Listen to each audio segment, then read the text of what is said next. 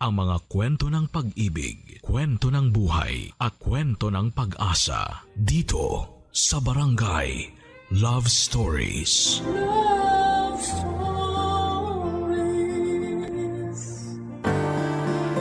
Minsan, ang ating mga pangarap ay tila buwan na napakalayo at wari imposibleng abutin.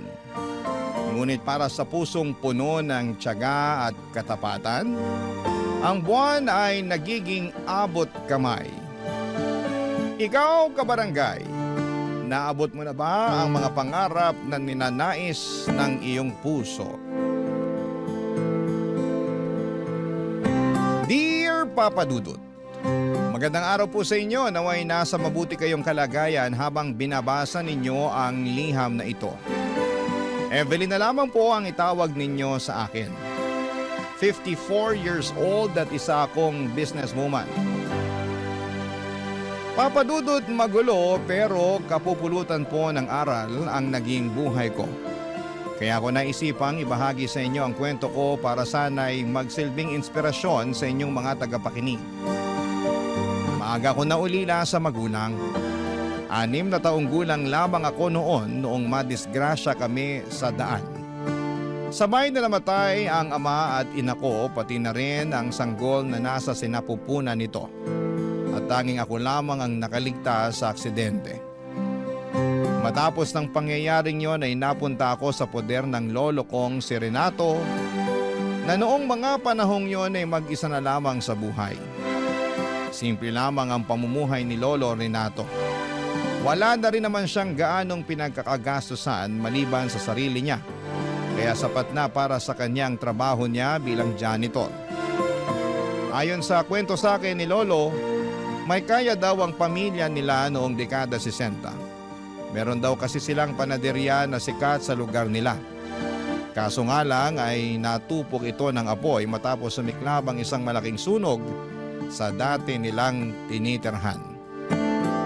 Doon na sila nagsimulang maghirap.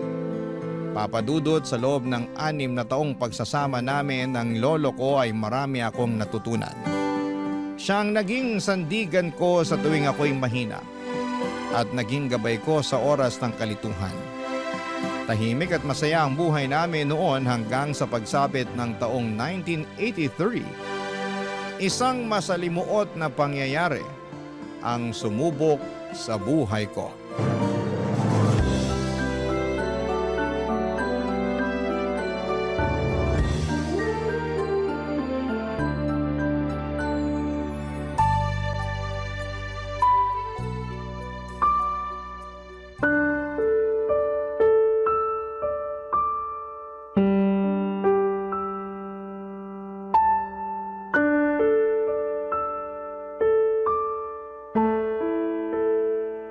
Lolo, nandito na po ako.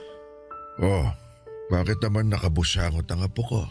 Hindi po ako nakapaglaro kanina sa eskwela namin eh. Oh, bakit naman? Gusto ko po sanang sumali sa basketball kanina kaso hindi ako pinayagan ng guro ko. Ano sabi? Bakit hindi ka raw pinayagan? Kasi po, ang sabi sa akin, hindi po pambabaeng laro ang basketball. Para lang daw po yun sa mga kalalakihan. Totoo po ba yun, Lolo? Walang katotohanan yan, apo. Ang basketball, maaari din niyang laruin ng mga babae. Talaga po ba? Oo. Bakit po ang sabi ng guro namin hindi pwede? Minsan, may mga tao pa rin talagang makaluma ang pananaw sa buhay. Hayaan mo na sila. Nasanay lang siguro sila sa kung ano yung nakaugalian ng mga ninuno natin. Ang mga ganyang pag-iisip, panahon pa ng Kastila yan eh. Talaga po ba? Oo naman. Basta lagi mong tatandaan, kung ano man ang gusto mong gawin, gawin mo pa rin. Ha? Huwag mo nga hayaang pigilan kanila dahil ang babae ka. Ang bola, hindi yan namimili ng kasarian. Pwede yung laruin ng kung sino man. Paano po ako matututo niyan kung ayaw naman nila akong paglaruin sa eskwelahan? Madali lang ang solusyon dyan. Ako magtuturo sa'yo. Ha? Tuturuan niyo po ako? Oo naman. Gusto mo ba? Opo. Marunong po ba kayong maglaro ng basketball, Lolo? Abay, syempre naman. Yan ang paborito kong laro nung kabataan ko. Sandali lang. Sa pagkakatanda ko, nandito pa yung bola ng Tio Alfredo mo eh. Sige po, Lolo. Maglaro po tayo. Gusto ko pong matuto ng basketball. O sige, tuturuan kita kung paano maglaro ha.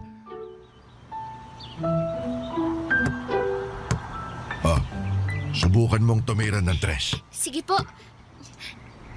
Oy, Hindi naman pumasok eh. Ang hirap naman pong makapuntos, Lolo. sus, nagsisimula ka pa lang naman. Konting ensayo pa masasanay ka rin. Panoorin mo ako kung paano ako tumira. Pasa mo sa akin ang bola. Sige po. Ganito ang gagawin mo ha. Tuwid mo lang yung likod mo tapos tansyahin mo yung ring. Dapat sakto lang yung lakas ng pagbato mo ng bola ha. Apo. Pwede mo ring sabayan ng pagtalon katulad nito. Grabe, Lolo. Ang husay niyo naman pong maglaro. Kaya niyo pa rin palang tumalon kahit na matanda na kayo. Abay, huwag mo akong minamaliit. Manlalaro ako sa barangay namin nung binata pa ako. Gusto ko rin pong maging kasing husay niyo balang araw. Basta pag-usayan mo lang yung pag-iensayo. Sipag at tiyaga lang ang kailangan dyan. Tandaan mo sa buhay, matinding determinasyon at tibay ng loob ang sandata mo. Ito. Subukan mong agawin sa akin ang bola. Sige po. Ay! Ayan! Nakuha ko na yung bola! Yay! Lolo, may problema po ba? Parang hinihingal na kayo ah. Ayos lang ako. Ganito talaga kapag tumatanda na. Magpahinga na muna tayo saglit. Medyo napagod ako ron eh. Sige po. Gusto niyo po bang ikuha ko kayo ng tubig? Sige nga, nauuhaw na ako. Sige po. Evelyn, sandali lang. Po? Umuwi na lang tayo. Parang bumibigat na ang dibdib ko. Ano pong nangyayari, Lolo? Tumawag ka na. Tulog sa kapitbahay. Dalian mo! Lolo! Lolo! Lolo, bumangon po kayo dyan! Tulong! Tulungan niyo po kami! Tulong!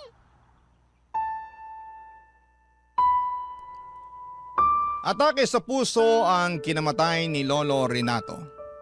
Noong namatay ang lolo ko ay sunod akong napunta sa pangangalaga ng tiyuhing kong si Alfredo.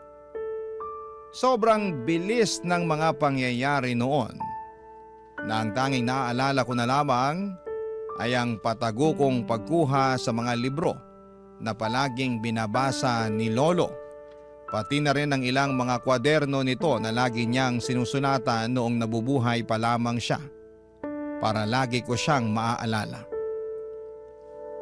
Papadudod kumpara sa estado ni Lolo Renato ay mas may kaya ng kaunti si Tio Alfredo. OFW kasi ang asawa nito noon na nagtatrabaho sa Middle East bilang domestic helper. May 4 silang anak at puro lalaki ang mga ito. Sa mga unang buwan ng pagtira ko sa kanila ay naging maayos naman ang turing nila sa akin. Parang ako na ang tumayong ate sa mga pinsan ko na noon ay mga bata pa lamang. Pero sa pagtagal ng pananatili ko doon ay unti-unti ring nagbago ang pakikitungo nila sa akin. Pinaramdam nila na hindi ako parte ng pamilya nila. Ako ang pinagtatrabaho nila sa mga gawaing bahay na ayos lang naman sa akin. Pero ang hindi ko lang natanggap ay kung papaanong ang tingin nila sa akin ay hindi bilang isang kamag-anak, kundi isang hamak na taga-silbi lamang. Kahit ganoon ay wala akong nagawa dahil wala naman akong ibang mapupuntahan. Kaya tiniis ko na lamang ang lahat ng ito, Papa Dudut. Lahat ng paghihirap.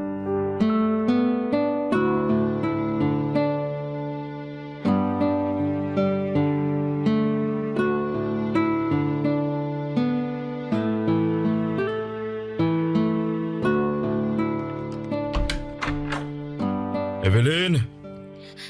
Evelyn, nasan ka? Bakit po, Tio Alfredo? Natapos mo na ba yung pinag-utos ko sa'yo ha? Opo, nakapagsaing na po ako. Nakapagluto na rin po ako ng pananghalian natin. Siguruhin mo lang na hindi mo na naman nasobrahan ng alat yung niluto mong ulam, ha? Opo, tansyado ko na po lahat. Kung hindi masyadong maalat, sunog naman. Kababae mong tao, di ka marunong magluto. Wala po kasing nagturo sa akin eh. 13 anyos ka na, dapat marunong ka na sa mga ganyang bagay. Paano ka makakahanap ng mapapangasawa niyan kung hindi ka marunong gumawa ng mga gawaing bahay? Masyado pa po akong bata para mag-asawa, Tiyo. Hindi ko naman sinasabi na mag-asawa ka na ngayon. Ang gusto kong sabihin, darating din ang panahon na magiging may bahay ka. At dapat maaga pa lang, tinuturuan mo na sarili mo sa kung anong magiging trabaho mo bilang asawa. Ayoko pong maging asawa lang ang trabaho ko. Gusto ko po, balang araw, maging doktor para makatulong ako sa mga may sakit. Tayog naman ang pangarap mo, Neng. May kakayahan ka ba para maabot yung pangarap mong yan, Aber?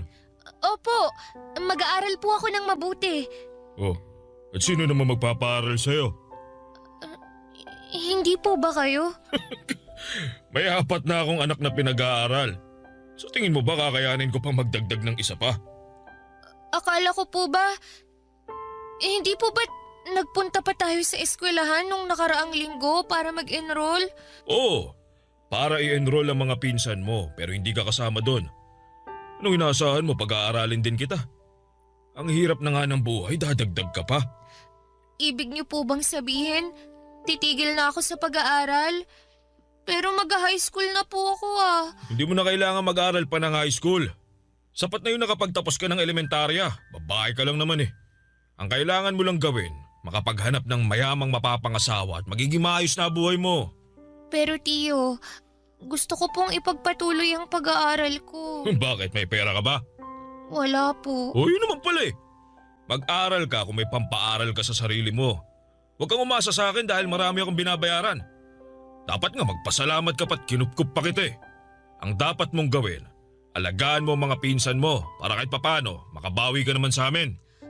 Ano pong gagawin ko kapag nasa eskwela na ang mga pinsan ko? O edi, maglinis ka, maglaba, mamalengke. Lahat ng yan, trabaho ng babae yan. Doon mo na lang ito ng oras mo. Hindi yung nagsasayang ka pa ng oras at pera sa pag-aaral na yan. Di naman ikaw ang bubuhay sa pamilya mo pagdating ng araw eh. Yung asawa mo naman ang gagawa nun. Eh bakit po si Tia? Siya ang kumakayod sa pamilya niyo. Ba't talagang rumarason ka pa? Ano gusto mo palabasin?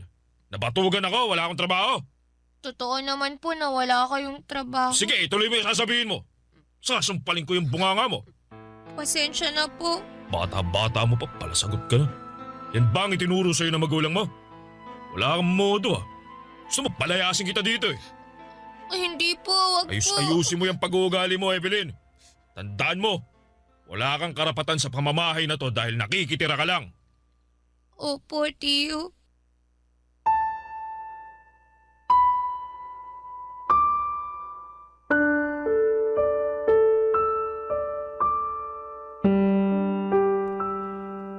Kahit anong pagtatampo pa ang gawin ko noon ay hindi na talaga ako nakabalik pa sa pag-aaral.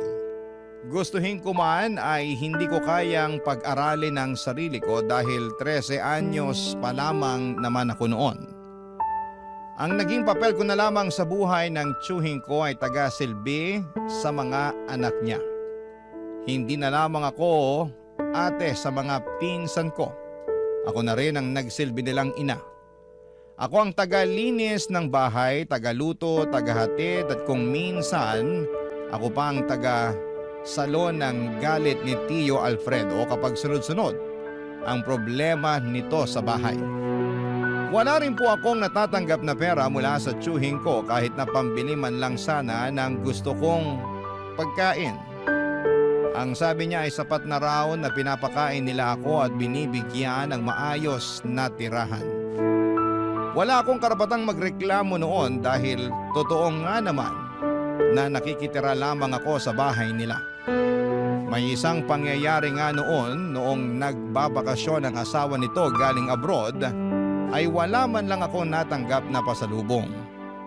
Nasa gilid lamang ako noon habang pinapanood ko ang mga pinsan ko na masayang tinatanggap ang mga bago nilang damit, sapatos at laruan. Tuwing lumalabas sila para kumain ay naiiwan ako sa bahay para magbantay. Ganon ang naging buhay ko noon sa poder ng tiyuhin ko. Pero kahit na hindi maganda ang kinakatayuan ko noon, Papa Dudut, ay hindi ko hinayaan ng sarili ko na maging kawawa. Naghanap po ako ng paraan para maiangat ang sarili ko, Papa Dudut. Barangay Love Stories. Barangay Love Stories. Papa Dudut, isang araw ay isang ideya ang pumasok sa isipan ko habang inihahatid ko ang pinsan ko noon sa eskwelahan nila. Pabalik na dapat ako ng bahay noong napansin ko ang ilang high school students na papunta sa open gym nila. Bit-bit ang kanya-kanya nilang upuan.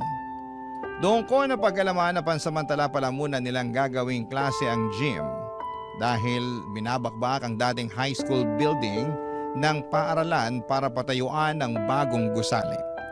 Dahil nasa open space sila ay naisipan kong mag-sit in sa mga nagkaklase. Kapag nakikita ko ng mga mababait na teacher ay hinahayaan lamang nila akong makinig sa klase. Pero kapag nakatsamba naman ako ng masungit ay pinapaalis nila ako. Ganon na po ang naging buhay ko sa sumunod na taon, Papa Dudut. Nakasalalay na lamang sa diskarte para matustusan ko ang mga pangangailangan ko. Bawat oportunidad na dumarating sa harapan ko ay niyayakap ko. Katulad na lamang noong nakita kong nangangailangan ng tagahugas ang tindera sa school canteen. Agad ako nag-volunteer na maging tagahugas, kapalit ng 2 piso para may panggastos ako sa sarili ko. Malaking bagay ng 2 piso noong dekada 80 para sa isang batang tulad ko, Papa Dudut. Sa panandaliang panahon ay nagkaroon ako ng pagkakaabalahan. Pero mabilis din itong natigil dahil mas lumala pa ang kalbaryong pinagdadaanan ko. Nung isang sekreto ang aksidente kong nasaksihan na siyang bumago sa takbo ng buhay ko.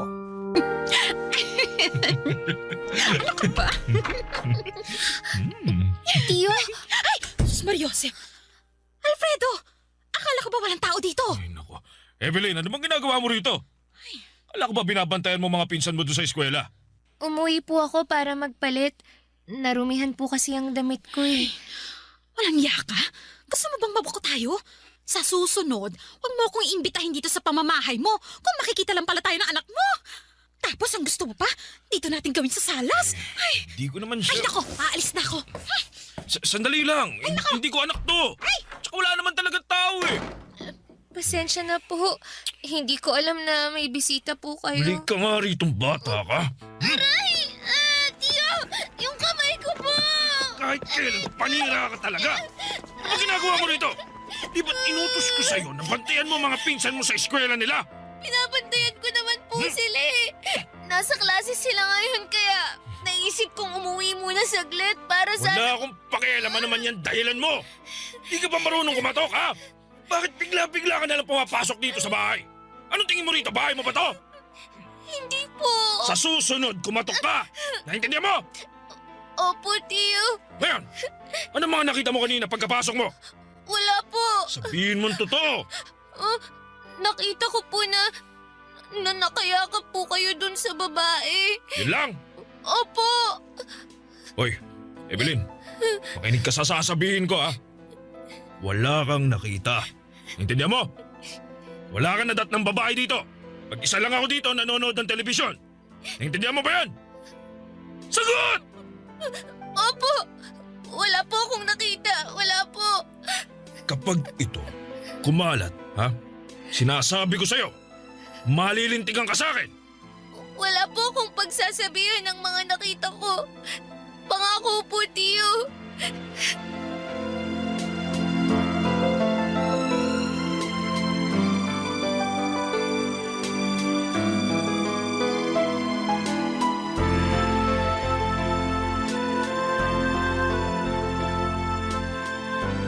Evelyn! Evelyn! Po, Tiyo Alfredo, may ipag-uutos po ba kayo? Anong ginawa mo? Ano pong ibig niyong sabihin? Wala po akong ginagawa. Hindi ba't nag-usap na tayo? Hindi ko po kayo maintindihan. Ikaw ang nagkalat ng balitang yon, no? Ano pong balita? Ang maangan ka pa? Ikaw ang nagkalat na may babae ako! Hindi po! Wala po akong pinagsabihan sa mga nakita ko. Anong wala? Paano malalaman ng mga tao na may inuwi akong babae dito sa bahay kung hindi manggagaling sa'yo? Hindi po kung... Huwag ka nang sumagot! Magdadahilan ka pa! Alam ko namang gusto mo akong bawian eh. Nang dahil sa bunganga mo, nag-aaway kami ngayon ng asawa ko. Gusto niyang makipaghiwalay sa akin ngayon. Ano, masaya ka na? Masaya ka na ba na mawawala na ng inang mga pinsan mo? Hindi po. Naiinggit ka siguro sa kanila dahil wala ng mga magulang mo kaya sinisira mo pamilya namin. Alam mo, ang dapat sa'yo, turuan ng leksyon eh. Ha? Nasaan na ba yung pamalo ko, ha? Ha? Eto. Sigurado ako magtatanda ka rito. Tiyo, wag po. Wala kang utang na loob. Tiyo, tama na po. Ha? Aray! Masakit po.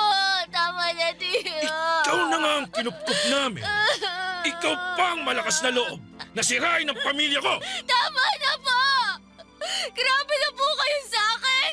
Ba't malakas na ang loob mo ngayon? Sumasagot ka na talaga? Ano? Bakit ganyan ka makatingin?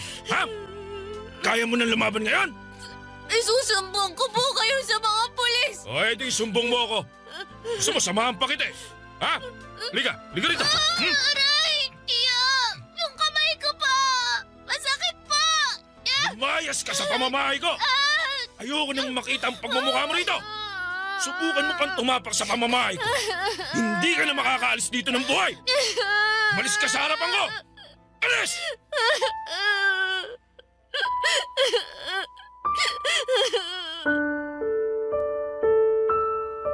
Isang backpack lang ang dala ko noong pinalayas ako ni Tio Alfredo sa pamamahay niya. Ang laman noon ay ilang damit pati na mga libro at notebook ni Lolo Renato. Matapos mapalayas ay kung saan-saan ako napadpad para maghanap ng kanlungan.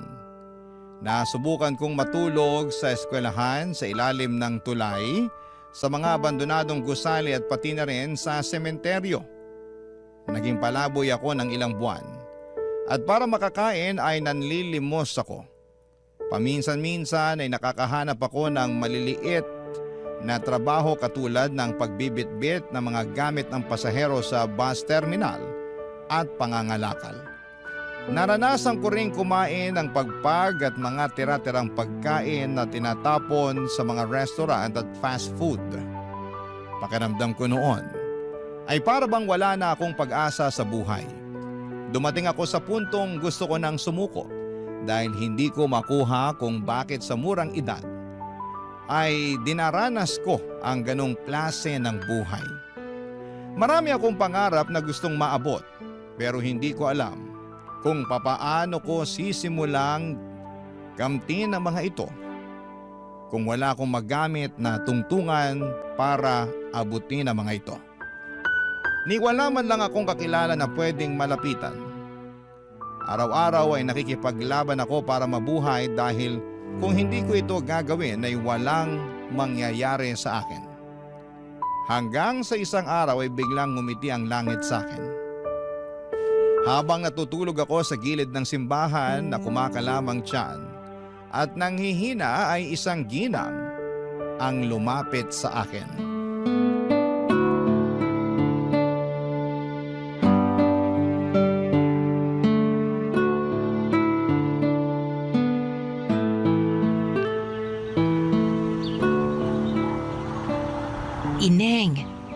Ineng, kumising ka na dyan.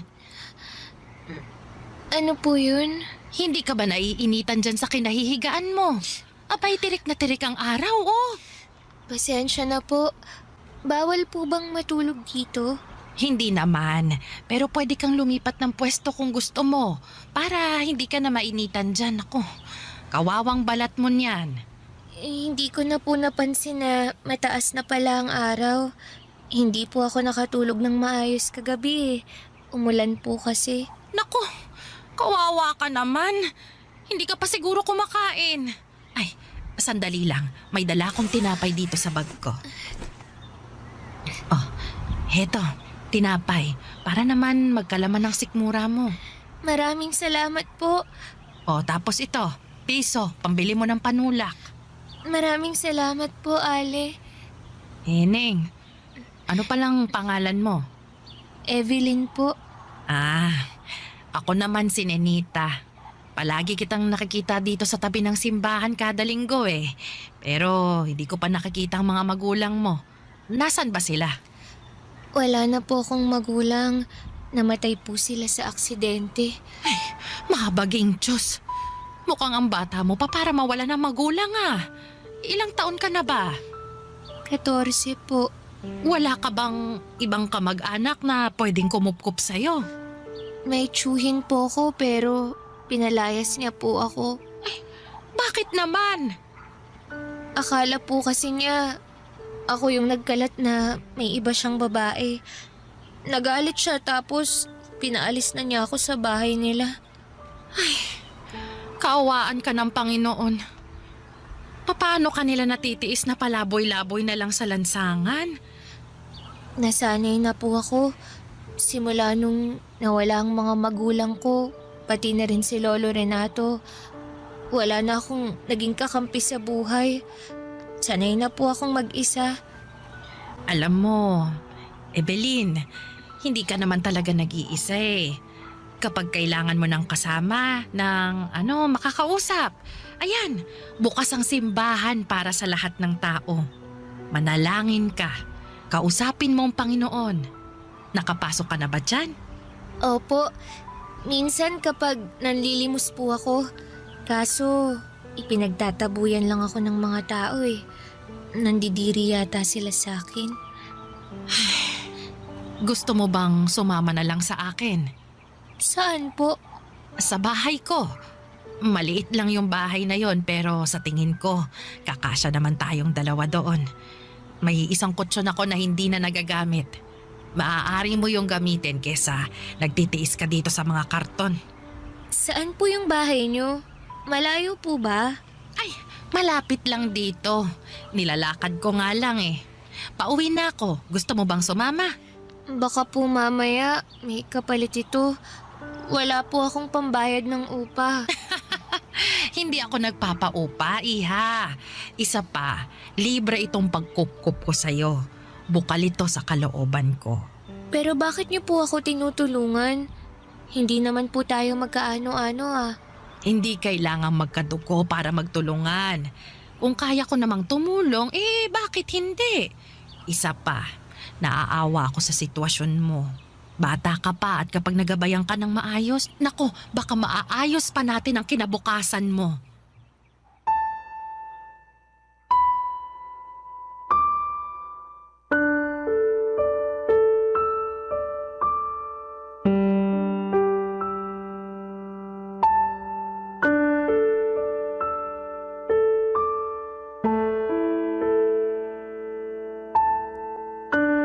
Papadudot, hindi po ako mapagtiwalang tao dahil na rin sa mga pinagdaanan ko sa buhay. Pero nung mga panahong yon ay sobrang desperada na akong makatanggap ng tulong. Kaya naman kahit na hindi ko pa gaanong kilala si Nanay Ninita, ay sumama na ako sa kanya. Isa pa taong simbahan po siya, Papadudot. Kaya naisipan ko na hindi naman siguro niya ako sasaktan. Maliit lang na matanda si Nanay Ninita. Maikli at namumuti na ang buhok nito at medyo iika-ika na kumaglakad. Maamo ang kanyang mukha kaya hindi mo talaga siya pag-iisipan na makagagawa ng masama. Maliit lang ang pamamahay nito at ang tanging kasama na lamang niya sa buhay ay ang 5 nitong pusa at isang aso. Naalala ko sa kanya si Lolo Renato na mag-isa na lamang din noon hanggang sa dumating ako sa buhay niya. Ang kwento niya sa akin ay maagang nabiyuda si Nanay Ninita matapos pagnakawan ng asawa nito habang naglalakad pauwi galing trabaho. Sinaksak siya ng 5 beses sa dibdib kapalit lamang ng 300 pisong laman ng wallet nito. Ang kaisa-isa nilang anak naman ay namatay sa murang edad dahil sa dengue. Dahil nga sa masalimuot na buhay na pinagdaanan ni Nanay Ninita ay hindi na siya nakapag-asawa pa. Nilaan na lamang niya ang oras niya sa pagiging alagad ng Diyos. At simula noon ay mag-isa na lamang siyang namumuhay. Papa Dudu, totoo nga na bilog ang mundo dahil kung noon ay nasa ilalim ako. Nung inampon ako ni Nanay Ninita ay yun na rin po ang simula ng pag-angat ng aking buhay. Barangay Love Stories. Barangay Love Stories. Si Nanay Ninita ang nagturo sa akin ng mga bagay na noon ay hindi ko pa alam. Sa kanya ko natutunan kung paano dumiskarte at tumayo sa sarili kong mga paa. At sa unang pagkakataon ay muli kong naranasan ang pagkalinga mula sa isang nakatatanda. Bilang isang dalagang walang sapat na karanasan kung paanong haharapin ang mga pagsubok ng buhay ay labis ang aking pagpapasalamat kay Nanay Ninita sapagkat siya ang naging gabay at sandigan ko sa aking paglaki. Pinag-aral po ako ni Nanay Ninita at kahit mas matanda na ako kesa sa mga kaklase ko, ay hindi ko yon inalintana. Ang mahalaga ay makapagtapos ako at ipagpatuloy ko ang pag-abot ko sa aking mga pangarap. Siya rin ang naging tulay upang mas makilala at mapalapit ako sa Diyos. Madalas niya akong isama noon sa mga aktibidades ng simbahan katulad ng mga Bible study, charity work, youth activities at kung ano-ano pa. Sa bawat akbang na aking tinatahak ay dama ko ang paggabay niya. Hindi lamang bilang isang nakatatanda kundi bilang isang tunay na magulang. Si Nanay Ninita ang tumayong haligi at ilaw ng aking buhay.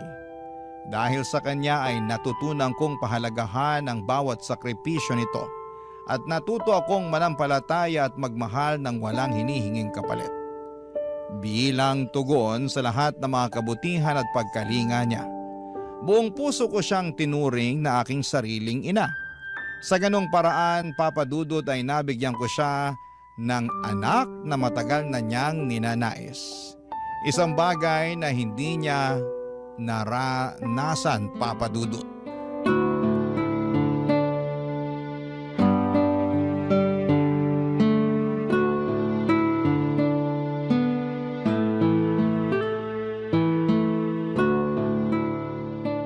Nay Ninita, Ano yon, Evelyn? Nandito ako sa kusina. nakita niyo po ba yung bag ko? Anong bag? Yun bang kulay asul na sira-sira ang zipper? Opo, yun nga po. Ay, itinapon ko na. Bakit? May paggagamitan ka pa ba noon? Nandun po yung mga gamit ng lolo ko eh. Bakit niyo po itinapon? Huwag kang mag-alala. Hindi ko naman itinapon yung laman. Mga libro at kwadernong laman nun, hindi ba? Opo, magdadala sana ako ng libro sa eskwela dahil may gagawin kaming proyekto. Iniligpit ko yon doon sa may aparador. Hanapin mo na lang. Sige po. Nga pala. Hindi ko pala na ipapaalam sa'yo. Habang naglilinis ako, binuklat kong ilan sa mga pahina ng kwadernong itinago mo. Mga recipe pala ng tinapay ang nakasulat doon. Opo. Dati po kasing panadero ang lolo ko. May panaderya sila noon kaso nasunog kaya hindi na niya yun na ipagpatuloy. Nakakatuwa naman. Alam mo ba, nagtrabaho din ako sa panaderya noong araw. Totoo po ba? Oo, kaya may alam din ako kahit papaano sa paggawa ng tinapay. Ay, gusto mo bang subukan nating gumawa? Sige po. Gusto ko pong matutong gumawa ng tinapay. Sige. Pag uwi mo mamaya galing sa eskwela, gumawa tayo ng tinapay. Sige po.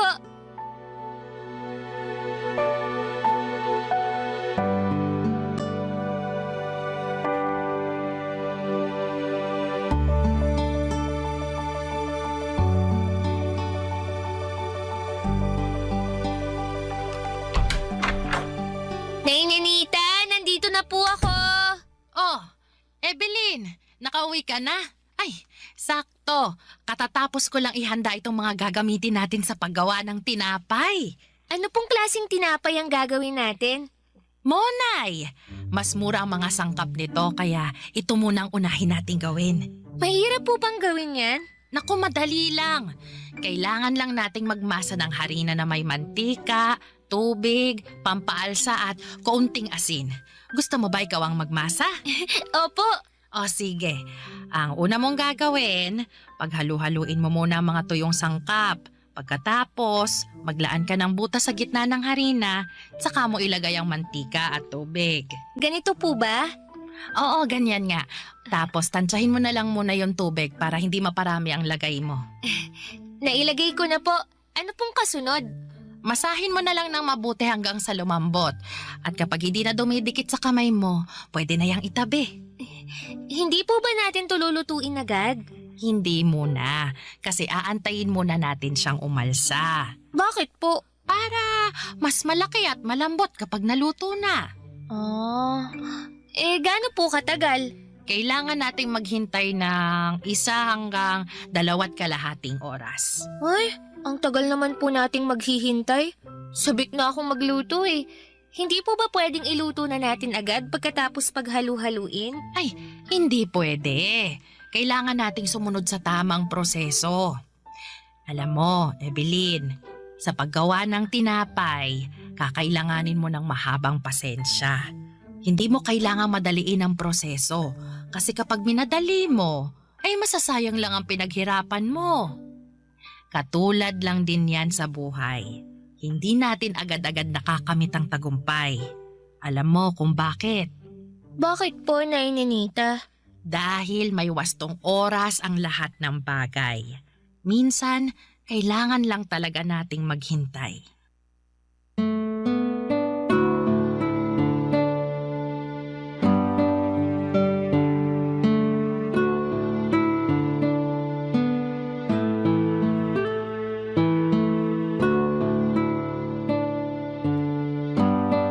Papadudot nung nagkaroon ng isang charity event sa simbahan ay naisipan namin ni Nanay Ninita na gumawa ng tinapay para ipakain sa mga nag-volunteer na sumali sa naturang kaganapan. Hindi namin inaasahan na marami ang magkakagusto sa tinapay na ginawa namin. Doon namin naisipan ni Nanay Ninita na gawin na po itong negosyo. Kada madaling araw ay bumabangon na kami ni Nanay Ninita para gumawa ng tinapay. Ang mga tinapay na yon ay nilalako ko noon sa eskwelahan namin. Ang perang nakukuha namin mula doon ay siya namang pinangtutustos ko sa pag-aaral ko hanggang sa tumungtong ako sa kolehiyo. At sa tulong nga po ng scholarship na natanggap ko mula sa simbahan, ay nakapagtapos ako at agad na nakapasok bilang sekretarya sa isang LGU. Doon ay unti-unti akong nag-ipon para maipatayo ang plano naming pwesto ni Nanay Ninita. Gusto ko kasing ibalik noon ang panaderya na naging negosyo ni Lolo Renato. Total ay recipe naman niya. Ang ginamit namin ay mabuting bigyan ko rin siya ng pagkilala. Dahil kahit na wala na siya sa mundong ito, ay malaki pa rin ang naging tulong niya upang mabago ang buhay ko. Naging matagumpay ang bakery business namin ni Nanay Ninita pagsapit ng bagong dekada. Taong 2001 ay unti-unti namin itong napalago hanggang sa hindi na namin namamalayan na maginhawa na pala ang buhay namin. Malayo na po ito sa paghihirap na pinagdaanan ko noong bata pa lamang ako, Papa Dudut.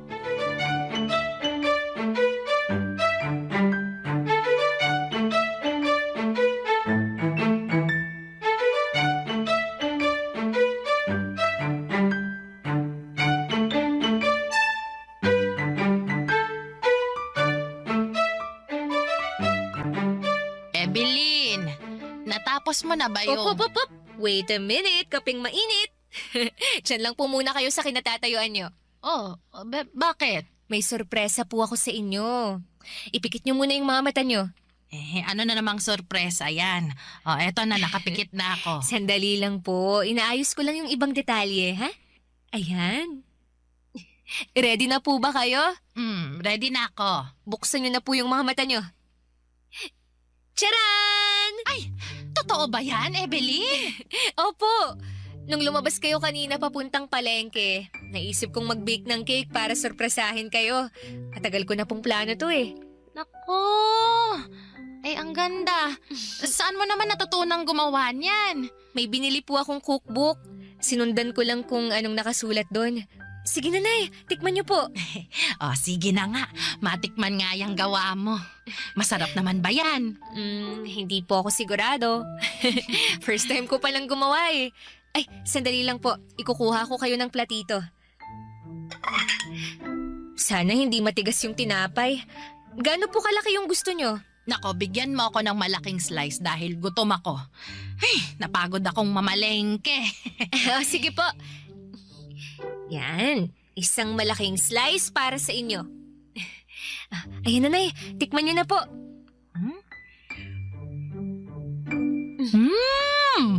Masarap ah. Totoo po ba? Baka naman sinasabi nyo lang yan para hindi ako masaktan. Gusto ko po yung totoong opinion nyo para matuto ako. Yung totoo ba ang gusto mo? Apo. Sige. Medyo sumobra lang sa tamis yung icing. Maliban doon, wala nang problema. Presentable din siyang tingnan.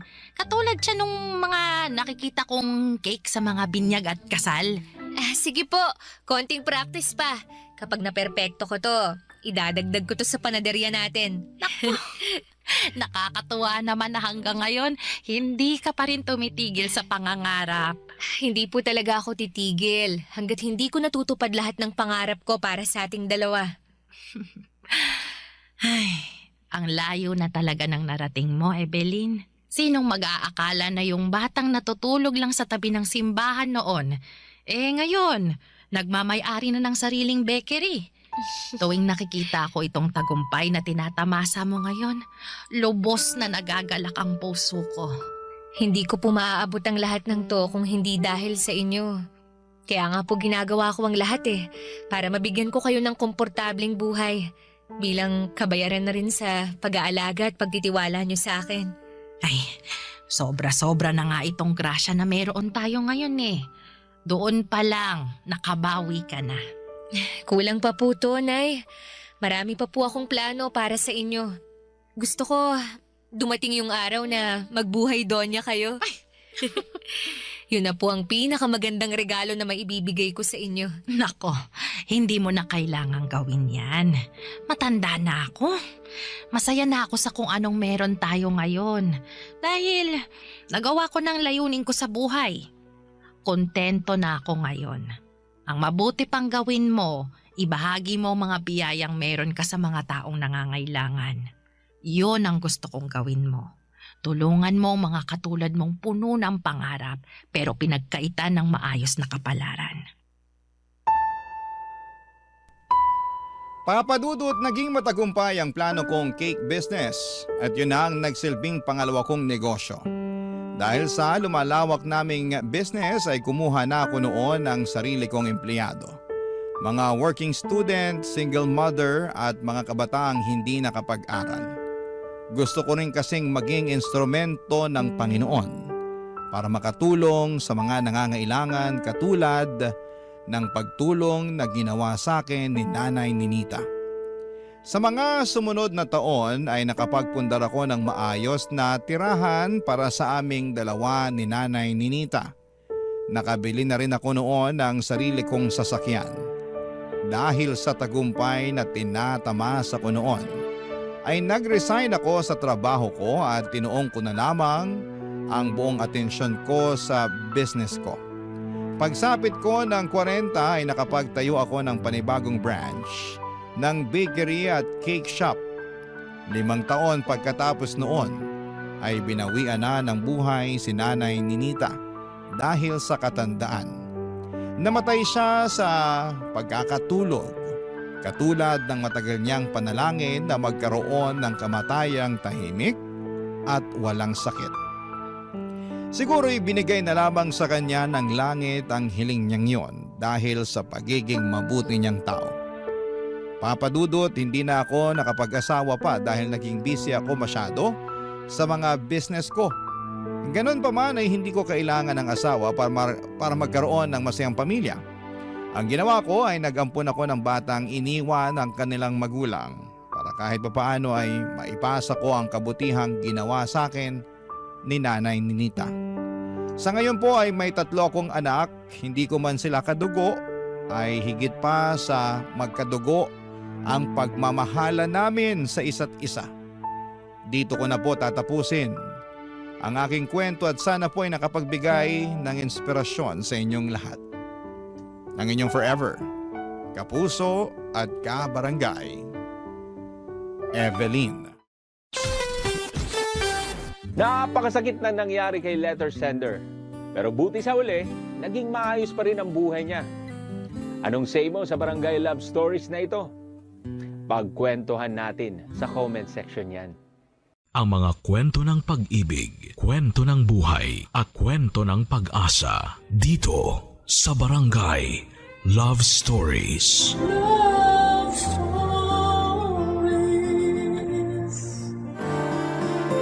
Masarap ang makipaglaro, lalo na kung pareho kayong magaling ng taong kalaro mo. Pero kapag puso na ang pinag-uusapan ay mahirap itong paglaruan dahil tiyak na iiyak ang taong talo sa dulo.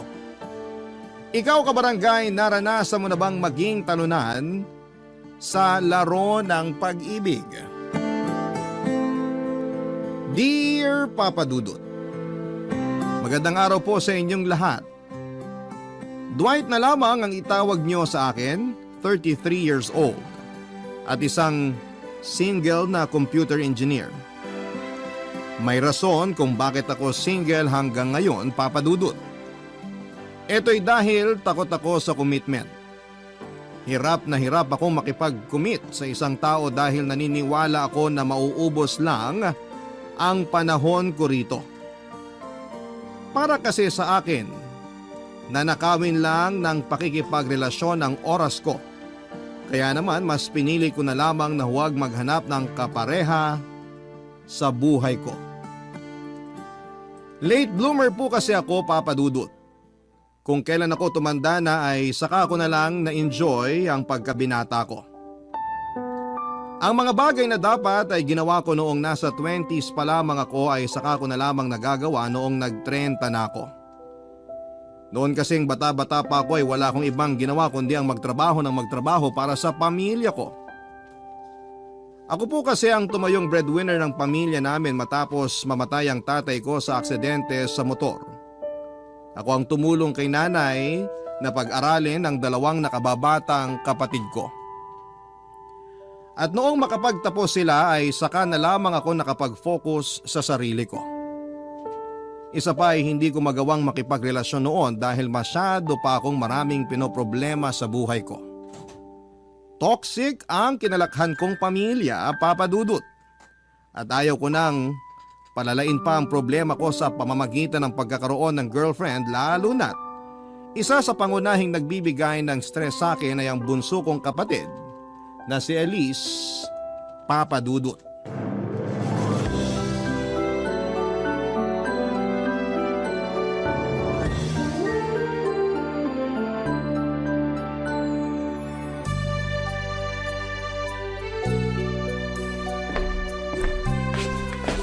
O Elise, anong ginagawa mo dyan? Bakit hindi ka pa nakabihis? Wala ka bang trabaho ngayon? Wala, nag-resign na ako. Ano? Wala ka pang 1 buwan doon sa pinapasukan mo ah. Ayoko na doon. Ang swapang ng boss ko, lagi akong pinipilit mag-overtime, hindi naman dinadagdagan ng sweldo ko. Elise naman, ang daming tao dyan. Hirap na hirap makahanap ng trabaho tapos ikaw, sasayangin mo lang ibinigay sa'yo? Ano magagawa ko kung ayaw ko sa trabahong yun? Ikaw naman nagpumilit sa akin na pumasok doon, di ba? Oo, nakiusap ako sa kaibigan ko na i-recommend ka niya sa pinapasukan niya. Kasi ilang buwan ka nang walang trabaho. Mabuti nga kinuha ka nila tapos sasayangin mo lang? Bawal ba magreklamo? Sa bulok yung sistema nila Porket desperada na ako makahanap ng trabaho, aabusuhin na nila ako. Hindi naman pwede yun. Kaysa naman nakatambay ka rito sa bahay. Ano, buhay prinsesa ka na lang. Tagahintay ng grasya. Ang galing mo naman. Maghahanap ako ng sarili kong trabaho. Hindi ko kailangan ng tulong mo. Ha? Kailan pa? Wala ka pa nga napapatunayan eh. Simula pagkabata, sa akin ka na nakaasa. Paano ka maghahanap ng trabaho sa ganyang ugali mo? Bakit? Ginusto ko ba yung tulong mo? Hiningi ko ba yun sa'yo? Tinulungan kita kasi kapatid kita. Eh kung kapatid mo pala ako, huwag mong isumbat sa akin yung mga naitulong mo. Yan ang mahirap sa'yo eh. Tutulong-tulong ka tapos kapag naghalo na ang balat sa tinalupan, uungkatin mo na yung mga naitulong mo para ano? Para ipamukha sa akin na ikaw yung mas mataas, na ikaw yung mas dominante. Totoo naman eh. Oo, totoo. Pero wala kang karapatang bastusin ang pagkatao ko dahil may kakarampot kang naitulong sa buhay ko. Kakarampot?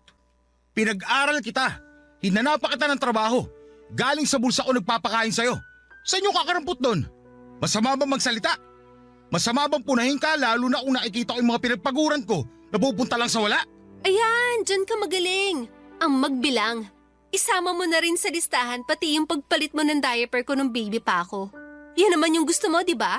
Yung araw-araw, ipinapaalala mo sa akin na wala akong narating, na ikaw lang yung magaling. Bakit kasalanan ko? Bakit ako yung mali? Ako yung bumubuhay sa atin pero ako pa yung masama? Sa pamilyang to, ako yung naghahanap buhay. Ako yung nagpapakahirap. Nagpapakapagod para mabuhay kayo tapos ano? Ako yung kontrabida? Hindi ko sinusumbat yung mga bagay na nagawa ko sa'yo. Ang gusto ko lang naman, pahalagahan mo yung mga paghihirap ko. Pinag-aral ko kayong dalawa ng ate mo tapos ganito yung sukling makukuha ko. Yung isa buntis tapos ikaw walang trabaho. Magalit na kayo o magalit pero nagagalit ako sa inyo dahil pagod na ako sa totoo lang. Alam mo kung ano yung nakakalungkot? Ni isa sa inyo, wala man lang nagpapasalamat. Ni isa sa inyo, wala man lang nagpahalaga sa effort ko. Wala eh. Sinanay nyo na kasi yung mga sarili nyo na nandito lang ako, nasasagot sa mga problema nyo. Tapos ka na ba? Gusto mo makarinig ng salamat? Eh di salamat. Salamat, huwaran kang kapatid. Ikaw na ang pinakamagaling. Ikaw na ang uliran sa lahat. Ikaw na. Pakaalis na nga. Hoy! Napakawala mong kwentang kausap.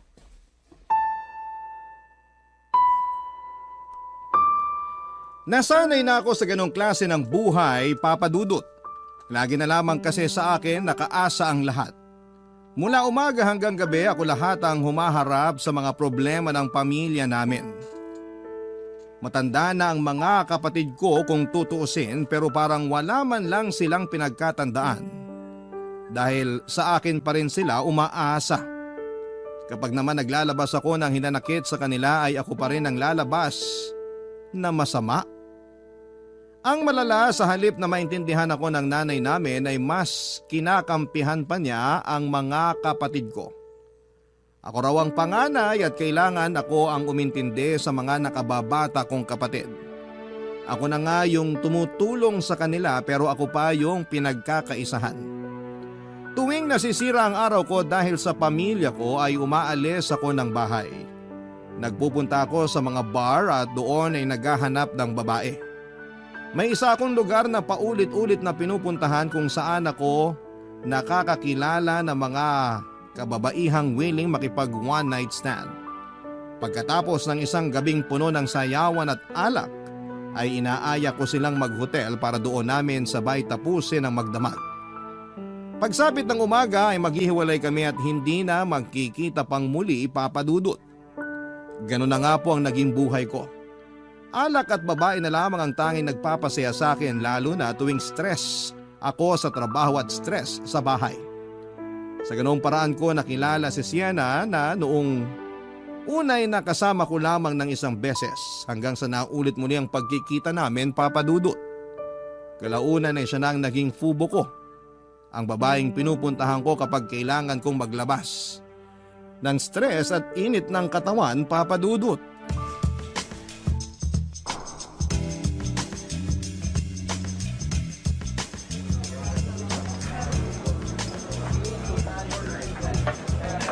Wednesday ngayon ah. Bakit bigla ka nag-aya? Walang pinipiling araw ang pagiging bad mood ko. Bad trip ka na naman? Parang nagiging synonymous na ang pangalan ko sa pagiging bad mood mo ah. Yun naman talagang rason ba tayo nakikita, di ba? Ikaw ang gamot ko tuwing nasisira ang araw ko. Eh di dapat pala may bayad ako. Kailangan pa ba nun? Nagagawa ko naman yung parte ko, di ba? uwi ka masaya dahil sa akin. Ang taas ang tingin mo sa sarili mo, ha? Sigurado ka ba na napapasaya mo ako? Hindi ba?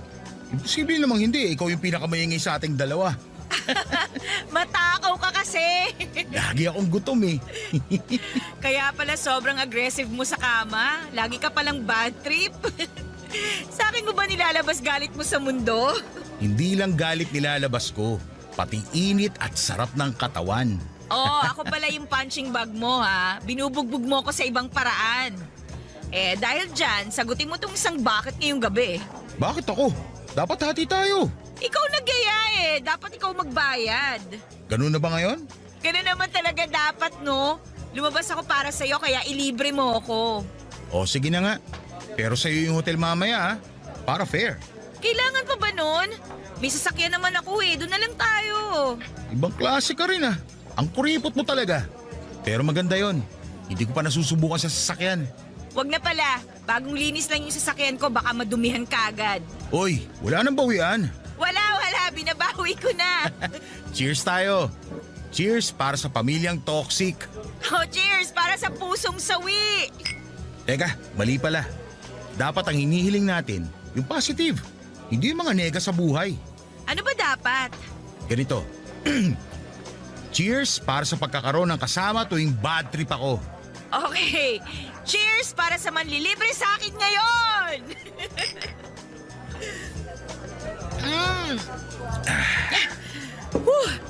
Tuloy na lang kaya natin to sa hotel. Ayaw mo na ba rito? Masyadong maingay Bili na lang tayo ng maiinom sa labas tapos sa hotel na tayo uminom. Sige ba? Para diretso na rin tayo. Magkaaya ka pa kasi sa bar pwede namang rekta na. Sorry naman po. Alam ko na sa susunod. O ano, saan tayo? Sa dati ba? Try naman natin sa iba. Kabisado na nila mukha natin sa dati. Sige. May alam ako. Tara, lika na. Isang buwan na ang lumipas simula nang nakilala ko si Sienna. 2:00 noon ng madaling araw noong napansin ko si Sienna na mag-isang nakatayo sa may gilid ng stage sa bar na pinupuntahan ko. Nakahawak siya ng isang baso ng beer at tahimik na nakikinig sa kumakantang banda. Tandang-tanda ko pa ang suot niya na black dress na abot hanggang taas ng tuhod. Papunta na sa kulay na brown ang mahaba nitong buhok na hanggang balikat. Ganong klase ng babae ang mga tipo ko, Papa Dudut. Kaya nung nakita ko siya ay agad ko siyang nilapitan at nakipagkilala ako sa kanya. Ang unang pagkikita namin yon ay nauwi sa kama. Akala ko noon ay hindi na masusundan pa ang pagkikita namin. Ganon kasi karaniwan ang mga nai-encounter kong babae.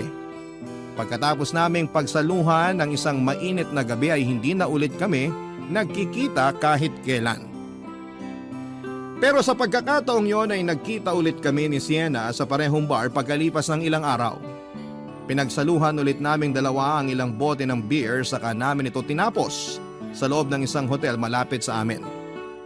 Nang gabing yon ay naisipan naming dalawa na maging magpartner na lamang sa kalokohan.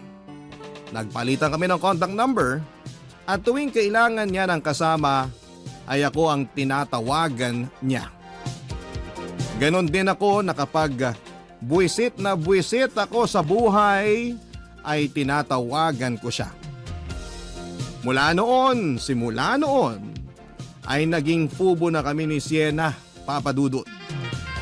Kaming dalawa ang madalas na magkasama sa mga kalokohan para mawala ang problema naming dalawa ng mga panahong yon, Papa Dudut. Barangay Love Stories. Barangay Love Stories. Magandang babae si Sienna, Papa Dudut, pero napaka-misteryosa niyang tao. Tuwing magkasama kami ay ayaw niyang pinag-uusapan namin ang tungkol sa buhay namin. Pure business lang daw dapat ang hangad namin sa isa't isa at walang halong personalan. Gusto kasi ni Sienna na maging estranghero pa rin kami kahit na lagi namang kaming nagkikita. Katawan lang daw namin ang habol namin sa bawat isa, kaya hindi na namin kailangang mag-invest ng emosyon. No feelings involved. Yan ang rule ni Sienna sa akin, Papa Dudut. Bawal magtanong tungkol sa buhay-buhay, bawal mag-share ng personal stories at higit sa lahat ay bawal kaming ma-in love sa isa't isa. Kaya naman kahit mahigit 1 buwan na kaming nagkikita noon ay hanggang pangalan lamang ang alam ko kay Sienna. Hindi ko nga po sigurado kung totoo bang Sienna ang pangalan niya. Hindi ko alam kung saan siya nakatira, kung ano ang trabaho niya at ang mga hilig niya. Pati na rin ang birthday o maging edad niya.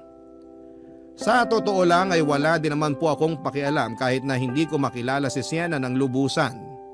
Hindi rin naman po ako interesado sa kanya noon dahil wala din naman akong planong pumasok sa isang relasyon na kasama siya. Kaya agree din po ako sa kanya na kailangan naming gawin ang mga bagay na yon. Tuwing nagkikita kami wala itong halong feelings. Pero noon yon, Papa Dudut, dahil kalaunan ay nagbago ang lahat. Nung bigla na lamang nag-open sa akin si Sienna tungkol sa problema niya sa buhay niya, Papa Dudut. Sandali lang. Bakit? Wala talaga ako sa mood ngayon eh. May problema ba? Pwede bang pass muna tayo ngayon? Bakit naman? Tagal nating di nagkita eh. Excited pa naman ako makita ka. Ay, ang dami ko kasing iniisip ngayon eh. Eh di sana hindi ka na lang nagpunta kung ayaw mo pala. Anong gagawin natin ngayon dito? Umuwi na lang tayo. Pasensya na talaga ha. Dali lang. Uwi agad? May problema ba? Sabihin mo na, baka makatulong ako. Wala. Akin lang yun. Hindi mo na kailangan malaman kung ano yung pinagdadaanan ko ngayon. Alam kong eto lang ang meron tayo ngayon. Pero pwede naman magkwento eh. Marami na tayong pinagsamahan, kaya wala nang kaso sa akin yun. Di ba nga, ang rule natin, bawal magkwento tungkol sa personal na buhay? Lahat ng rule may exception. Kung problemado ka talaga, gawin natin exception tong araw na to. Sige na, nandito ako bilang kaibigan mo. Tungkol saan ba yung iniisip mo? Tungkol sa ex ko. Oh, ano meron sa kanya? Gusto na niya makipagbalikan sa akin. Ganun ba? Eh anong problema dun? Ayaw mo na sa kanya? Gusto. Gusto ko ring makipagbalikan sa kanya. Pero mawawala yung point ko kung binalikan ko siya lalo na kung wala naman siyang ipinagbago. Ano bang rason ng hiwalayan nyo? Marami siyang issues eh. Sa sarili niya, sa pamilya, sa lahat ng bagay. Kaya kami naghiwalay kasi nadadamay ako sa kanigahan niya. Tuwing may problema siya, pati ako nahihirapan. Eh ganun naman talaga dapat, di ba? Nagtutulungan kayo sa mga problema nyo? Pero masyado nang malala yung issues niya eh. Alam mo yun, yung imbis na ma-enjoy namin yung moment naming dalawa, lagi na lang niyang nasisira dahil sa ugali niya. Napakaliit niyang tao pero ang daming bitbit na problema ng babaeng yun. Teka, babae? Oh, Dwight, may girlfriend ako. Ex-girlfriend. You mean? Bisexual ako. Pareho akong nagkakagusto sa babae at sa lalaki. Romantically attracted ako sa mga babae pero sexually mas gusto ko sa lalaki. Teka. Oh, ngayon ko lang nalaman yan ah. Oh, ngayon alam mo na. Ngayon, alam ko na nga. Kung ako tatanungin mo, isa lang ang sagot siya sa problema mo. Ano? Mahal mo pa rin ba siya hanggang ngayon? Oo. Pero gusto ko kasi ayusin niya muna yung buhay niya. Hindi ko trabaho bilang girlfriend ang umayos ng buhay ng isang taong madaming pasang problema. Kung gusto niya makipagbalikan sa akin, ayusin na muna niya yung sarili niya. Eh di sabihin mo sa kanya yan. Malay natin, yan ang maging rason para magbago na yung tao. Sana nga. Ganun lang naman kasimple yun eh. Pag-usapan yung lahat. Kung walang magbabago, eh di walang magkakabalikan. Oo, alam ko na yan. Yun naman pala eh. O ikaw naman. Anong ako naman? Eh di ba problemado ka rin sa pamilya mo? Ikaw naman magkwento para fair. Usual na toxic family lang naman yung pinagdadaanan ko. Isang pamilya na sa akin lahat nakaasa. Lalo na yung kapatid kong bunso. Puro problema na lang ang dala sa akin. Eh baka naman maging siya, marami ding problema, kaya ganun. Parang pareho lang din naman pala tayo ng pinagdadaanan eh. Ibabalik ko sa iyo yung sinabi mo. Kausapin mo yung kapatid mo. Alamin mo kung saan nanggagaling yung mga problema niya. Baka yun ang solusyon sa pinagdadaanan mo ngayon. Malabo na mangyari yun. Try mo lang. Okay, sige. Subukan ko siyang kausapin. Ikaw din. Kausapin mo rin yung ex mo. Sabihin mo sa kanya lahat ng ayaw at gusto mo para alam niya ginagawa niya. Okay, try ko. Ano? Pwede na ba natin ituloy yung ginagawa natin? Pass pa rin. Inom na lang tayo. Libre ko. Daya naman. Sa unang pagkakataon ay nasilip ko ang mundo ng babaeng gabi-gabi kong nakakasama. Ang dating black and white na pagtingin ko kay Sienna ay biglang nabigyan ng kulay. Hindi na lamang siya si Sienna na nakakasama ko sa inuman.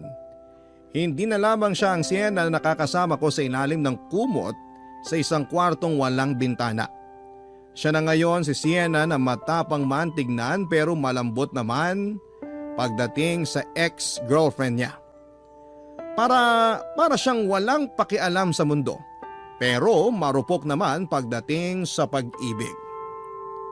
Pagkatapos ng pag-uusap namin yon ni Sienna ay sinunod ko ang mga payo niya sa akin, Papa Dudut.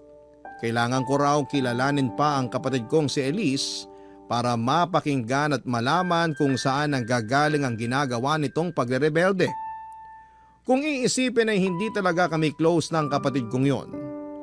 Noong kasing nag-aaral pa lamang siya ay wala siyang ibang ginawa kundi ang gumala kasama ang mga kaibigan niya. Hindi nito sineseryoso ang pag-aaral niya kaya ilang beses siyang bumagsak sa mga subjects niya. 7 taon siyang nag-aral, Papa Dudut, bago siya nakapagtapos sa kolehiyo.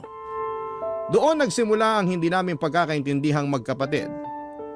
Ang awayan namin yon ay nabuo hanggang sa nasanay na lamang kaming dalawa na hindi magkasundo. Kaya naman, noong naabutan ko si Elise sa bahay isang gabi ay kinausap ko siya ng masinsinan.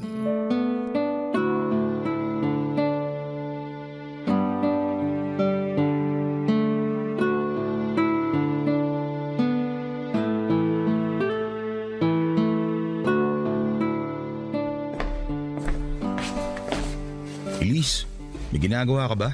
Wala. Bakit? Tatalakan mo na naman ako kasi hanggang ngayon wala pa akong trabaho? Hindi. Gusto lang kitang kausapin. Kuya, alam ko pabigat ako. Oo na, wala na akong kwenta. Kahit hindi mo na sabihin, alam ko na yan. Kahit kailan, hindi ko sinabi na wala kang kwenta. Hindi mo nga sinabi, pinaparamdam mo naman. Yun bang nararamdaman mo tuwing nagagalit ako sa'yo? Ano sa tingin mo? Akala mo ba gumagaan pakiramdam ko tuwing pinagsasabihan mo kung walang ambag dito sa bahay? Siyempre hindi. Imbis na ma-inspire ako, mas lalong bumababa ang moral ko. Sorry kung yun ang nararamdaman mo sa mga ginagawa ko. Hindi ko naman gusto mangyari yun eh. Ang gusto ko lang, magkaroon ka ng maayos na buhay. Sinong tao naman ang may ayaw magkaroon ng maayos na buhay, ha, kuya? Siyempre ako rin. Gusto ko mangyari yun sa buhay ko. Kung ganun, bakit hindi mo gawin? Bakit hindi mo simulan? Ginagawa ko naman lahat ng makakaya ko eh. Ginagawa mo nga, pero... Pero, baka tama ka nga siguro. Baka wala talaga akong kwenta, kaya hanggang ngayon ganito pa rin ang buhay ko. Sa tingin mo, ano yung problema? Ano yung mga rason bakit hindi ka makausad? Sabihin mo sa akin, Elise, para matulungan kita. Hindi ko alam. Sa totoo lang, hirap na hirap akong harapin kung ano ba ang purpose ko sa mundong to eh. Hindi ko alam kung anong gusto ko, kung ano ba dapat ang maging future ko, kung ano ba yung mga bagay na gusto ko makuha sa buhay. Hindi ko pa alam, kuya. Naiintindihan kita. Ganyan din ako noon. Talaga ba? Parang hindi naman.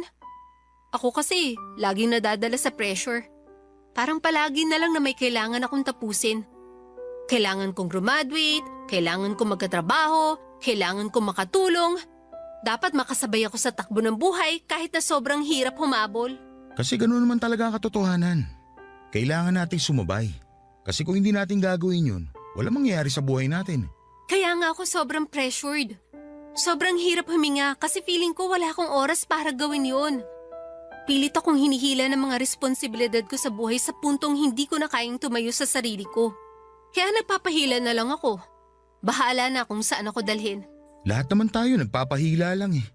Pero dapat, ipakita mo sa sarili mo na kahit sobrang huli ka na, kaya mo pa rin humabol. Ako rin naman, bata pa lang. Na-pressure na ako sa mga responsibilidad na yan. Hindi naman sa nagre-reklamo ako. Gusto ko rin naman makatulong. Pero yun nga, tao lang din ako. Napapagod din. Mahirap kasi tayo at dahil mahirap tayo, wala tayong oras para tumigil at pag-isipan kung ano yung plano natin sa buhay. Yun yung hindi ko magawa, kuya. Hindi ko magawa mag-isip kung ano ba dapat ang kailangan kong gawin kasi araw-araw binabagabag ako ng utak ko. Matanda na ako. Na dapat may ginagawa na ako hindi lang para sa sarili ko, kundi para sa pamilya natin. Nahihiya ako sa'yo kasi wala pa akong naibabalik. Nahihiya ako dahil hanggang ngayon, ganito pa rin ako. Isang babaeng walang direksyon ng buhay. Hindi mo naman kailangan magbalik eh. Ang kailangan mo lang gawin, huwag sayangin yung mga oportunidad na dumating sa'yo. Yung mga tulong na naibigay sa'yo, gamitin mo para sa sarili mo. Mahirap, oo. Pero kakayanin naman natin yan eh. Lalo na kapag desidido talaga tayo sa mga hangarin natin. Pero di bali, hindi kita mamadaliin. Sorry kung paminsan-minsan nagagalit ako sa'yo. Sorry din, kuya, kung nasasagot-sagot kita. Pasensya na sa mga nasabi ko sa'yo. Okay lang yun. At least ngayon, alam ko na ang rason. Ngayon, pwede na tayo magsimula ulit. Salamat, kuya. Pagkatapos ng pag-uusap namin yon ay naliwanagan din ako sa wakas tungkol sa pinagdadaanan ni Elise Papadudut. Dahil dito ay nagsimula kaming magkaroon ng kompormiso sa isa't isa. Nangako si Elise na babawi siya at hindi niya hahayaang masayang ang mga pinaghirapan ko para sa kanya. Nang mga oras na yon ay maghahanap daw siya ng trabaho para makatulong sa mga gastusin sa bahay. Samantala, binigyan ko naman si Elise ng sapat na oras para pag-isipan at pagplanuhan ang future niya. Sinabi ko sa kanya na hindi ko na siya ipe-pressure sa mga desisyon niya sa buhay.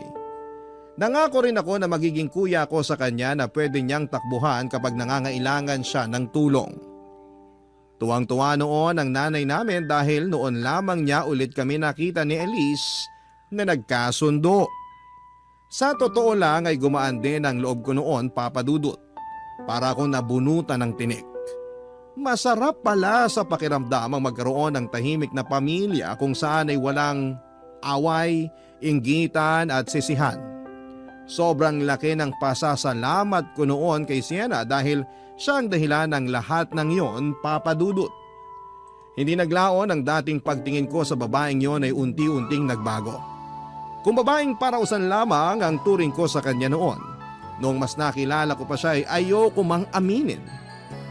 Ay dahan-dahang nahulog na ang loob ko para kay Sienna.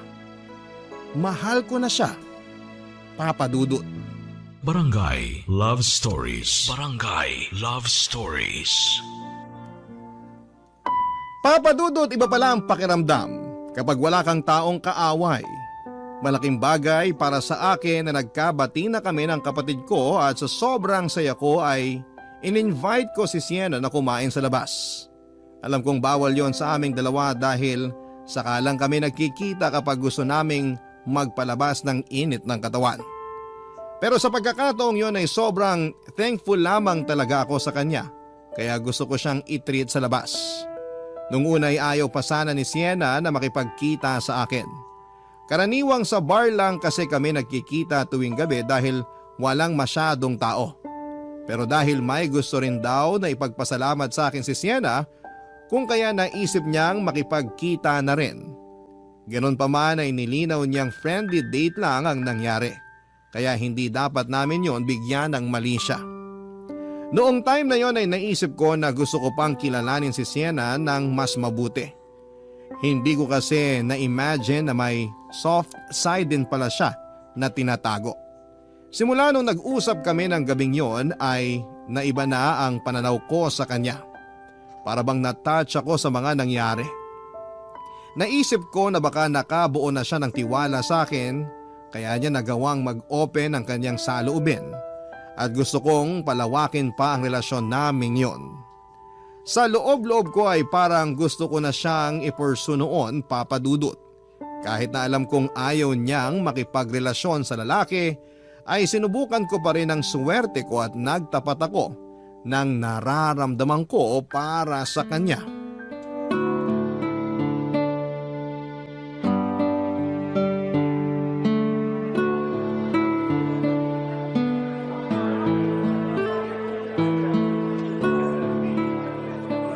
Ang weird.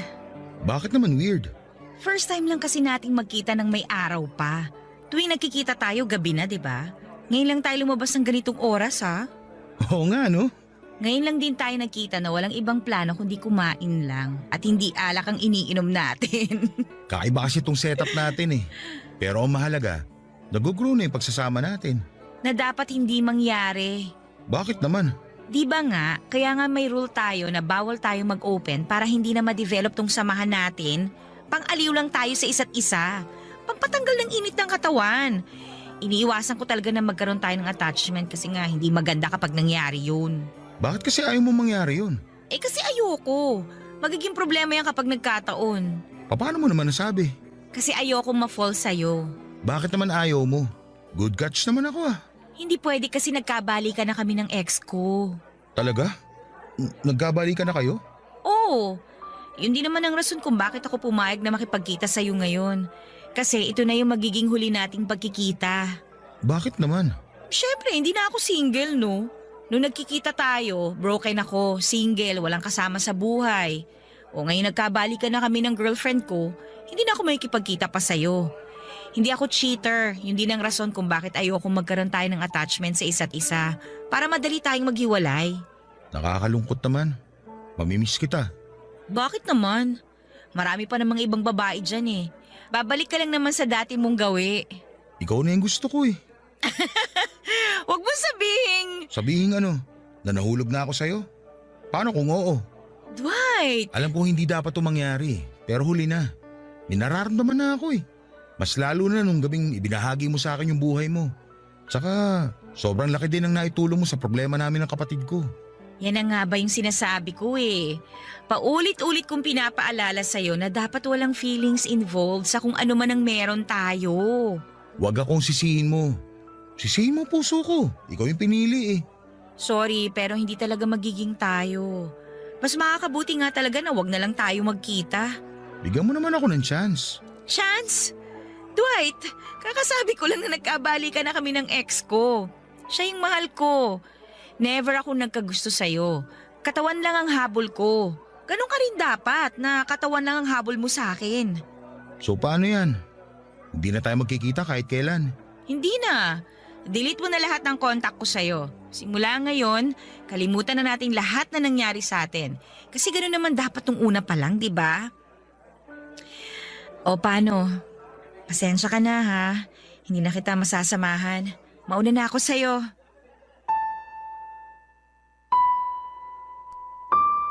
Nalungkot ako, Papa Dudut, sa pagkakahiwalay namin ni Sienna. Kung kailan kasi unti-unti nang nade-develop ang feelings ko sa kanya ay saka naman niya winakasan ang pagsasama naming dalawa. Masaya ako na masaya na siya, kaso nga lang nakakalungkot din dahil masaya siya sa piling ng iba. Wala naman po akong ibang choice kundi ang sumunod sa gusto nito. Kung ayaw na niyang ituloy ang ginagawa namin ay wala na akong magagawa pa doon. Pagkatapos ng date namin yon ay nagpaalam na kami sa isa't isa at hindi na nagkita pang muli. Never na niya akong kinontak noon at kahit na gustong gusto ko siyang tawagan at i-text ay hindi ko ito ginawa dahil alam ko namang may karelasyon na siya at ayaw kong makasira ng maayos na relasyon. Masaya pa rin naman ako, Papa Dudut, dahil nakatulong ako sa love life ni Sienna. Masaya din ako dahil bago kami nagkahiwalay ay malaki rin ang naitulong niya sa akin sa problema namin ni Elise. Dahil naayos na ang family problem namin sa bahay ay tumigil na rin ako noon sa dati kong mga gawain. Umiinom pa rin naman ako paminsan-minsan para mag-unwind pero hindi na po ako ng bababae. Unti-unting inayos ni Elise ang buhay niya. Nakahanap siya ng matinong trabaho na na-enjoy niya at masaya ako para sa kanya. For the first time ay nagkaroon kami ng Pasko na tahimik, masaya at punong-puno ng pasasalamat.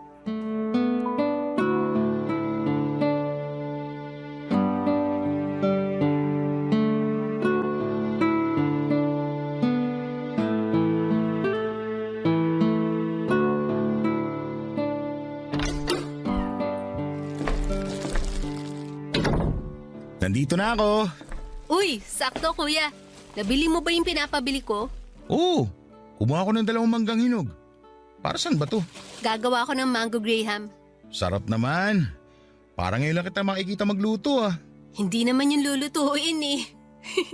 Yun lang ang kaya kong gawin, kaya yun ang ambag ko ngayong Noche Buena. Ito naman yung akin. Cake. Lapag ko na dito sa mesa. Mukhang marami tayong kakainin ngayong gabi ah. Oo nga eh.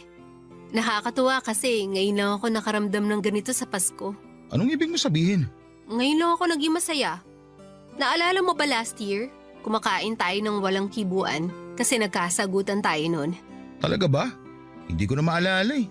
O kaya, galing kasi ako sa labas. Pinagalitan mo ko kasi mas importante pa sa akin ang mga kaibigan kaysa sa pamilya noon. Pero ngayon nagbago na ako. Priority ko na ang pamilya natin. Nakakatuwa naman kung ganun. Masaya ako na matatapos ang taon na nagkapatawaran na ang lahat. Tsaka isa pa kuya, may bisita pala ako ngayon. Talaga? Nasaan? Papunta pa lang siya rito. Baka darating na rin yon maya-maya. Sino ba yun? Basta, papakilala ko siya sa inyo nila mama pagdating niya. Boyfriend mo ba? Basta, surprise ko siya sa inyo. Oh, siya na yata yan. Ako na magbubukas.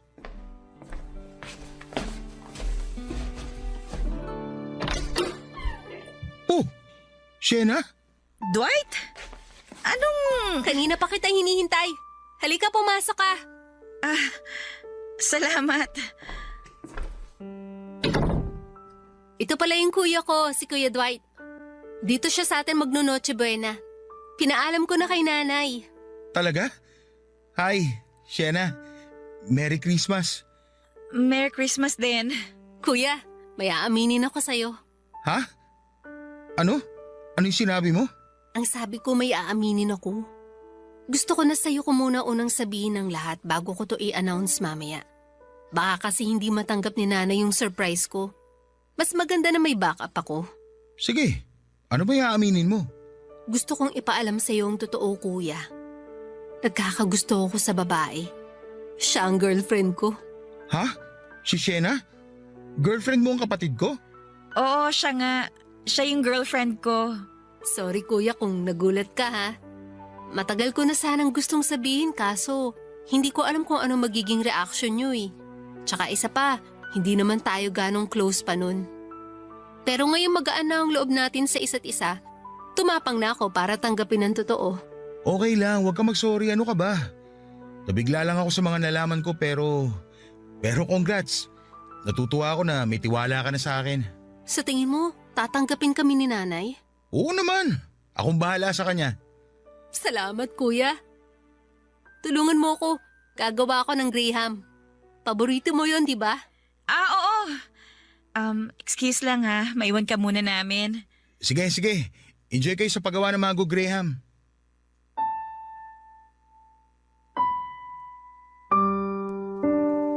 Sobrang laki ng gulat ko sa mga nalaman kong revelasyon ng kapatid ko, Papa Dudut. Nagulat ako na lesbian pala siya pero mas nagulat ako na ang girlfriend niya ay walang iba kundi si Sienna. Hindi ko alam na ang dating ex pala na tinutukoy noon ni Sienna ay walang iba kundi ang kapatid ko. Proud ako sa kapatid ko, Papa Dudut, dahil sa wakas ay nakahanap siya ng tapang para aminin sa akin at sa buong pamilya namin ang totoo niyang kasarian. Tinanggap namin siya pati na rin si Sienna. Noong nagkaroon kami ng oras ni Sienna na mag-usap na dalawa ay pinakiusapan niya ako na kung maaari ay huwag ko na raw sabihin sa kapatid ko ang namagitan sa amin, Papa Dudut. Nangyayari na lamang yon dahil na heartbroken siya kay Elise, Papa Dudut. Pero agad din naman niyang tinapos kung anong meron kami nung nagkabalikan silang dalawa. Ayaw ko rin naman pong sirain ang Noche Buena namin kaya hindi na ako nagsalita pa at ayaw ko ring masira ang pagsasama nilang dalawa. At dahil baka bumalik kami sa dati ni Elise kapag nangyari yon. Ang sekreto namin ni Sienna ay nanatiling sekreto hanggang sa ngayon, Papa Dudut. Suportado ko ang naging relasyon nila ni Sienna at Elise. Minsan ay may mga awkward moments nga lang tuwing nagkikita kaming dalawa ni Sienna dahil mahirap itago na magkakilala na kaming dalawa. Isa pa ay nagkaroon ako ng kaunting feelings sa kanya noon. Pero nadisiplina ko naman po ang sarili ko. Gusto kong maging mabuting kapatid kay Elise kaya naman kung ano man ang nangyari, Sa pagitan namin ni Sienna noon ay kinalimutan ko na lamang Papa Dudut. Hanggang sa ngayon ay going stronger pa rin silang dalawa. Sa kabilang banda naman ay naghahanap na rin po ako ng babae na willing na tanggapin ang commitment na ino-offer ko sa ngayon. Tapos na po kasi ako sa stage ng pagiging binata at sa tingin ko ay oras na rin po siguro na bumuo ako ng sarili kong pamilya. Ito po ang kwento ko, Papa Dudut. Maraming salamat sa pagpili ng aking sulat. Mabuhay po kayo ang Barangay Love Stories, lalong-lalo na ang Barangay LS. Ang inyong forever kapuso at kabarangay, Dwight. Nagustuhan ng iyong napakinggan? Ituloy yan via live stream sa www.gmanetwork.com/radio. Barangay LS 97.1